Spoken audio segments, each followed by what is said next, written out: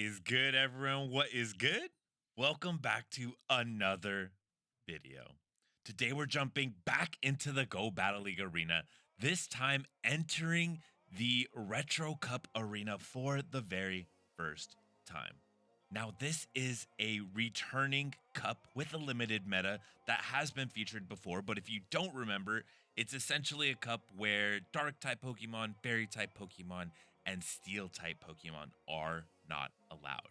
So no Umbreon finally, no Registeel finally, but without that fairy and steel presence, I'm anticipating seeing a lot of dragon type Pokemon as well as a lot of flyers and the healthy dosage of Lantern and Medicham as well. But today we're hopping into the Go Battle League arena with the team of Cresselia on the lead, as well as double ice in the back, AURORUS and Frostlass. Now, even though we do have double ice in the back, the Pokemon play a little bit differently. And for that reason, I'm hesitant to assign one of AURORUS or Frostlass the role of closer and the other one of the pivot or safe swap, because we will be using both interchangeably, just depending on the matchups. The entire team design for today, though, is to have a team that does at least relatively well against a majority of those core Pokemon, specifically Lantern, Noctowl, still have some play against Medicham, and then hopefully allow AURORUS to shine, because I do really enjoy this Pokemon, but unfortunately we don't get the opportunity to use it that often. So hoping today we can allow AURORUS to flex a little bit, beam some things, but overall just have a good time in the Retro Cup. So without further ado, let's go ahead and hop straight into some battles. On the lead here in our very first Retro Cup battle, we have a horrendous lead, and I'm now realizing this entire team does not do well to the Lick Pokemon. So Snorlax is going to be a little bit problematic for us. Lickitung, the #1 ranked Pokemon on PvPoke, will be problematic for us as well. And this is just going to take a team effort, but the opponent pivots out into their Cresselia, and we do make a bit of a mistake here. It's unnecessary for us to throw that Moonblast. We could have just been sufficient with throwing the Grass Knot, because the Shadow Ball will easily KO the opponent's Cresselia from this range. Shadow Ball does over 80% damage, I believe, onto the opponent's Cresselia as Frostlass gets the knockout, but we're greeted by the opponent's Lickitung, which does come in and will be dealing super effective lick damage onto our Frostlass. However, Frostlass able to get to 2 avalanches, claiming 1 shield from the opponent and dealing heavy neutral damage with its second avalanche, as we will be bringing back in our Cresselia here, although we are receiving super effective lick damage from this Lickitung. Lickitung will be firing off the Body Slam, which does minimal damage to us, but we are now in critical health range. I'm anticipating being able to easily survive this, but easily was putting it a little bit idealistically, as we do survive on, let's call it 3 HP before firing off the Grass Knot, pivoting out into our final Pokemon, and it will be the AURORUS, counter swapped immediately by the opponent's Frostlass. And this is a winning situation for us. We will be resisting the avalanches as well as the powder snows from the opponent, but we do have 2 shields, so we're just going to play it safely, shield up everything, go for the double meteor beam, have some fun with it, as we will be expending our second shield here in anticipation of the beam. Here we go, AURORUS, the very first beam landing in the Retro Cup. Bang! KOs the opponent's Frostlass, gets the farm down with the powder snow, and calls game. Well played by the opponent. Thank you for the match, and that's what we're here for. We're here for the beams. Hopping into the next battle, we have the mirror match, Cress on Cress. My Cresselia is a horribly ranked Cresselia, and I quite honestly, could have stayed in there, but I just have no interest in playing out that mirror match. We go immediately into our hardest counter, drawing out the opponent's Walrein. Walrein will be able to deal massive neutral damage with their Earthquake, and we are nearly in Icicle Spear range, as well as Frostlass lands a heavy hitting opponent, fires off the Icicle Spear, and unfortunately for us, it does not KO and allows the opponent to gain extra charge with their Walrein, and like this, the Walrein will be able to reach another Icicle Spear against our Cresselia. We're going to fire off this Grass Knot just before the opponent reaches their next Icicle Spear. So Icicle Spear takes 5 Powder Snows to reach. We're going to throw at 4 just to make sure we generate enough energy so that we can outpace this opponent's Cresselia to this next Moonblast. Will they respect the Moonblast damage? No, they do not, and this is getting a little bit dicey for us as our AURORUS will be dealing or will be receiving super effective Grass Knot damage from the opponent. We're still going to No Shield, trying to get this crest as low as possible. We're hoping that we drew out the opponent's hardest counter to an Ice type Pokemon, but looking at their team comp, it's very similar to mine, except they don't have anything that can beat their Cresselia or beat our Cresselia. So I'm going to play out the rest of this battle with the Cresselia, anticipating either a Jellicent or a Frostlass in the back, and it will be a Frostlass. So that does make sense. The opponent shows their Cresselia counter will be the Ghost type Frostlass, and bang! They choose to No Shield the Meteor Beam. They gave us our only win condition, full sending the Meteor Beam as AURORUS calls game. Well played by the opponent. Thank you for the match. Hopping into the next battle, we have Regirock on the lead against Cresselia.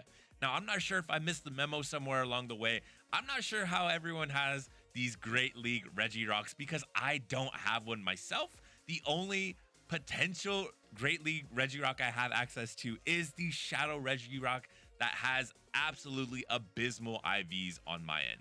But like this, we're going to have our AURORUS taking heavy neutral damage from the opponent's Oranguru. Oranguru going for the aggressive Confusion down. We're able to reach the back-to-back Weather Balls, but the opponent preserves their health and energy by expending 1 shield. We now have 2 shields to our name. Oranguru getting to another charge move. Will this be the super effective Dark Pulse or Foul Play? Rather, it is the Foul Play. Our Cresselia now getting moderately low, approaching the critical health range. We're going to go for the KO with the Grass Knot, and Grass Knot is able to knock out the opponent's Oranguru. We're greeted by the Regirock once again, which does bring a massive amount of energy into this matchup, as Cresselia will be firing off this super effective Grass Knot, putting shield pressure on the opponent, but they choose to No Shield. We're going for the Grass Knot, but we realize the opponent will likely be catching, and they attempt the Grass Knot catch. Instead, they're greeted by the Moonblast. We pivot into the Altaria with our Frostlass, and the opponent chooses to not delay the inevitable, calling game. Well played by them. Thank you for the match. Jumping straight into the next battle, we have Sirfetch'd on the lead against our Cresselia. This is a good matchup for us, even though Sirfetch'd does have access to the super effective Night Slash. Night Slash fired off into our Cresselia, and thankfully, we do not see a attack boost on the opponent's side. We're going to be throwing the Grass Knot here. If it would have been the Moonblast, it would have KO'd easily. The opponent able to survive on a singular HP, the blessings of their ancestors. And like this, we're going to preserve the health and energy on our Cresselia by expending 1 shield, which does allow us to throw this Moonblast into the opponent's Altaria, and we are going to be immediately pivoting out into our Frostlass. Frostlass will be greeted by the Sky Attack. We're going to eat that damage. Doesn't do too much as we'll be able to easily reach 1 Avalanche, and I'm anticipating being able to reach a second here as we grab the opponent's final shield, and the opponent able to outpace us. This is okay as we can allow our Frostlass to go down, hopefully bring in our AURORUS, go for an aggressive farm down. The opponent not pivoting out, which does show their hand. They are weak to AURORUS in the back as they choose to not delay the inevitable, calling game. Well played by them. Thank you for the match. We have a tough lead here, and this was a common lead throughout the battles, as you'll see for the remainder of the video. Frostlass on the lead against our Cresselia. How I like to play this, and I'm not entirely sure if this is appropriate, I like to throw a Moonblast, and we do actually grab a shield, which is awesome for us. We are going to throw the Moonblast. We're going to take the damage from the opponent's Shadow Ball. As you see, it does heavy, super effective damage. We're able to survive. And of course, we're going to be getting outpaced here to the next move from the opponent. They do full send the Shadow Ball as our Frostlass building up to the Shadow Ball, able to win the CMP tie as we did overfarm by just a touch, anticipating that we would be winning that CMP tie. Given we have 5 attack, it's not an insane amount, but I feel like at this point, most people have a little bit better Frostlasses built with lower attack. And like this, we will be greeted by the opponent's double firing off a charge move before reaching the payback. It is the wild charge. The opponent running some heat, and I appreciate that. If you've been following the channel, you know that I appreciate a wild charge double, as Frostlass able to get to 2 avalanches on the opponent's Vigoroth, but this is going to be difficult for us as Vigoroth throwing its energy into our Aurorus, dealing super effective damage with the counters, potential of dealing super effective damage with the bulldoze. But hopefully this weather ball will be enough to KO, and it is. We KO the opponent's Vig. Will we be able to survive the wild charge? We'll never know, because the opponent has just gotten there right before we get to the meteor beam. Like this, the opponent will be taking us out with a wild charge, but no, it's just the body slam, and I'm kicking myself as the double is kicking me. If I would have just not thrown the weather ball, continue building to the meteor beam, could have made it to the move, and we bring in Cresselia, over tap on the grass knot, just adding insult to injury. This is extremely painful to relive. It was extremely painful to play out, as the opponent does call game. Well played by them, horribly played by me. My goodness, thank you for the match. Jumping into the next battle, we have another tough lead, Snorlax, a Lick user, against our Cresselia. And like we talked about in the beginning of the video, Lick users are going to be problematic for this team, as the Moonblast does land, but it does not do enough damage to put us in an advantageous position, as Cresselia will be absorbing the damage from this body slam, able to reach another Moonblast. Moonblast will be putting those Snorlax into critical health range, and will be pivoting out into our Aurorus. Aurorus, greeted by the opponent's Hypno on the safe swap. We're going to build up past the Meteor Beam, now at 100 energy. Will the opponent respect the damage from the potential Meteor Beam? Bang! They do not, as the Hypno, Shadow Hypno at that, is now extremely low. We're going to respect the potential Shadow Ball, but it's just a Thunder Punch, and like this, we'll be able to easily farm down. We now are at the back-to-back weather balls, which will be dealing heavy neutral damage into the opponent's muck. We're going to threaten these shields by building up once again to the Meteor Beam. Will they respect the double boosted damage? They do, as our Aurorus putting in an insane amount of work, able to KO the opponent's Hypno, able to get both shields from the Shadow Kanto muck, which will put us in a great position to close this game out with our Frostlass. After giving up one shield, but no, the opponent not able to reach the Dark Pulse here, as Frostlass able to reach this avalanche, bang, KOs the opponent's muck, and like this, the opponent will be not delaying the inevitable, calling game on 1 HP. Well played by them. Thank you for the match.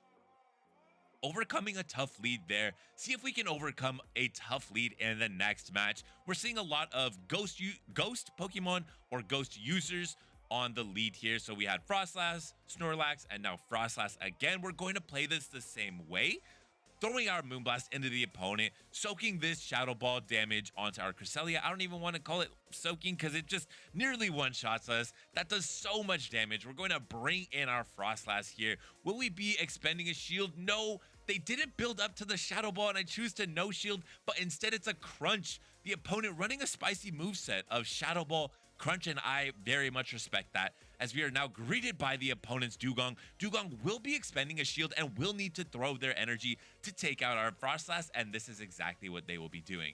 It's the resisted Icy Wind, but it will be enough damage to KO our Frostlass. This is a tough spot for us at this point, because we only have our Aurorus pretty much. We have 2 shields, Aurorus, and a potential 3rd shield on our Cresselia. And like this, our Aurorus will be getting debuffed by the opponent's Icy Winds. This is a very difficult position for us to be in. At some point, we either need to catch and or we need to clear these debuffs onto our Aurorus, and we are able to catch on our Cresselia, clearing the debuffs, soaking the opponent's energy. Will we be able to get the farm down? No, we will not. The opponent able to catch on their Frostlass. What fantastic timing. the weather ball will not be enough to KO, but the opponent was energy dry on their Frostlass. They did throw that crunch right when they got to it, so we're able to overfarm once again. The opponent still does have one shield and one full health Pokemon. What is it going to be? They're forcing us to dump all of our energy. We do not want to get debuffed, but the opponent valuing the debuff on our AURORUS. We're going to no shield, but it's going to be the drill run. The opponent meta games us there. They completely outsmart us, but I guess Copium, it was the defense Deoxys. We wouldn't have been able to win that anyway, but GG's to the opponent.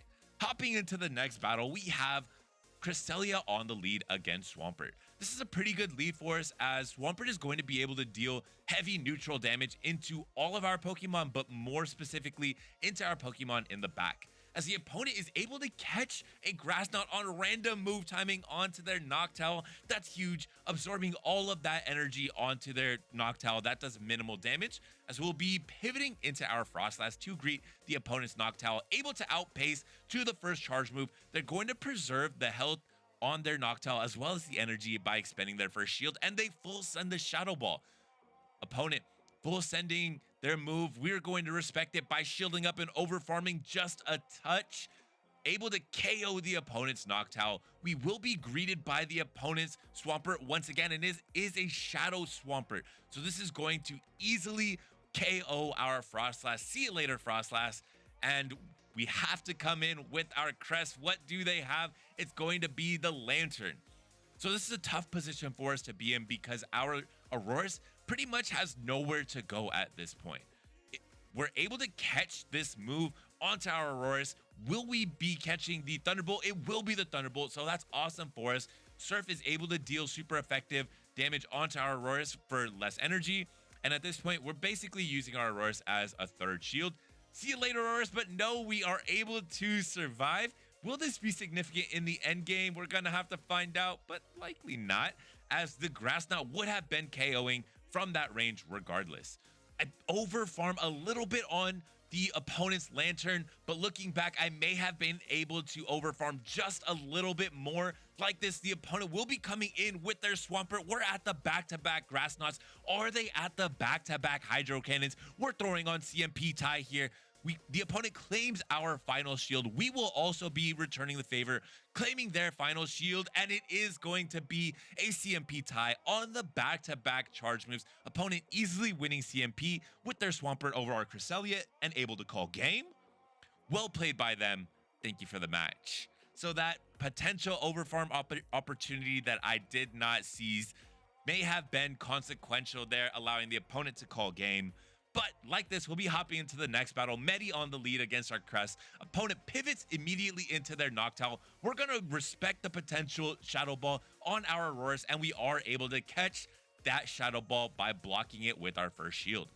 We're going to build up to the Meteor Beam, throw the Weather Ball, the opponent not respecting the damage, and I realize here they want the farm on their Medicham, so we're going to once again throw the Weather Ball as our subscription graphic Spike Spiegel shows up on screen, but we will be once again greeted by the opponent's Medicham. Medicham will be no shielding these charge moves from our AURORUS, and it will be doing some respectable chip damage, as Medicham now below 50% health. They get the farm down, but that energy will not be significant into our Frostlass or into our Cresselia. Cresselia building up to the Moonblast, past the Moonblast, throwing some energy into the opponent's Cresselia, and at this point, I should more than likely be swapping out, especially given that we do have our Cresselia, which will be getting outpaced by the opponent's Frostlass. And like this, they deal heavy, super effective Shadow Ball damage into us. We grab the opponent's final shield. That was our objective. We want to grab their shield.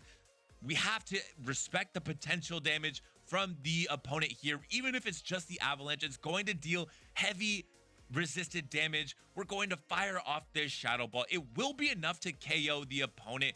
Opponent brings in their Medicham. They still have a decent amount of energy, but they're going to not delay the inevitable, I suppose, and call game. Well played by the opponent, and well played by all of my opponents today. Thank you for the matches. So overall, I did have a fantastic time running double ice in the back today, specifically with AURORUS being able to absolutely beam things is so satisfying. If you haven't felt that pleasure, pause. Yet, I would for sure recommend that you build an AURORUS if you have access to it, as well as to the resources. Hop in there with the AURORUS, see what you can do. But I do have to admit, full transparency, we did hit some rough patches in these battles today. I was anticipating the meta being a little bit less defined, given that it's still the first day of this new limited cup, but it did seem like it was pretty established with what you would expect, I suppose. Medi, Noctowl, Lantern, pretty much on a majority, if not all of the teams, as well as Frostlass. So definitely just some things to keep in mind as you are building your teams, as you're going through your battles. Keep in mind that although this is a limited meta in air quotes, you are going to have some of your more meta Pokemon being present in most, if not all of the teams. But regardless of all that, we're here for a good time, not a long time, here to have some fun and see if we can get some wins along the way. But that's going to be all from me. Thank you so much for stopping by. Remember to enjoy the small things. Peace.